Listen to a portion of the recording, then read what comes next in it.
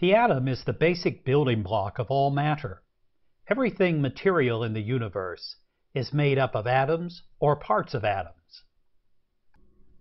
People, plants, animals, water, trees, mountains, and even the clouds in the sky are all made up of atoms. You will probably remember that the atom is made up of three basic particles: the proton, the neutron, and the electron. The proton and neutron are virtually the same size and weight, with the neutron weighing just a tiny bit more than the proton. But the electron is much smaller than the proton or neutron. As a matter of fact, it would take 1,840 electrons to equal the weight of one proton. The proton has a positive electrical charge, but the neutron has no charge at all. It's neutral, and that's why it's named the neutron. The electron, as you would guess from its name, does have an electrical charge, but it is the opposite of the proton. The electron has a negative electrical charge. Both the proton and the neutron are located at the center of the atom and make up the atom's nucleus. But the electron is located in an energy level that surrounds the nucleus.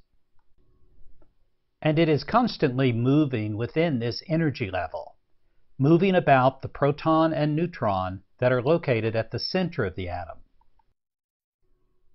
Now let's pause for a moment to talk about the different models of the atom.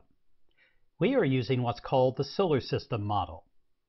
It proposes that the atom is like a small solar system, where the nucleus is at the center of the atom, like the sun is at the center of the solar system, and that the electrons orbit around the nucleus like the planets orbit around the sun. We are using this model because it does a good job of explaining basic chemical reactions, and it is easy to understand and picture in the mind. However, it's not a good representation of the true nature of the atom. If you want a much better idea of the true nature of the atom, you will need to use the quantum theory model. The quantum model of the atom tells us that the atom is much more complex than we can even imagine.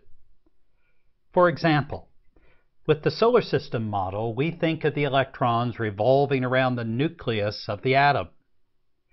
But the quantum theory model tells us that the electron does not really revolve around the nucleus like planets revolve around the sun.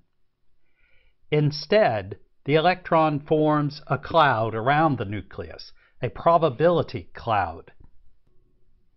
Well, probability clouds are much more difficult to understand, aren't they?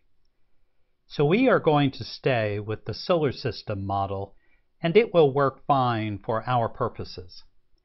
But it is important for you to remember that the model that we're using is a very simplified picture of the atom.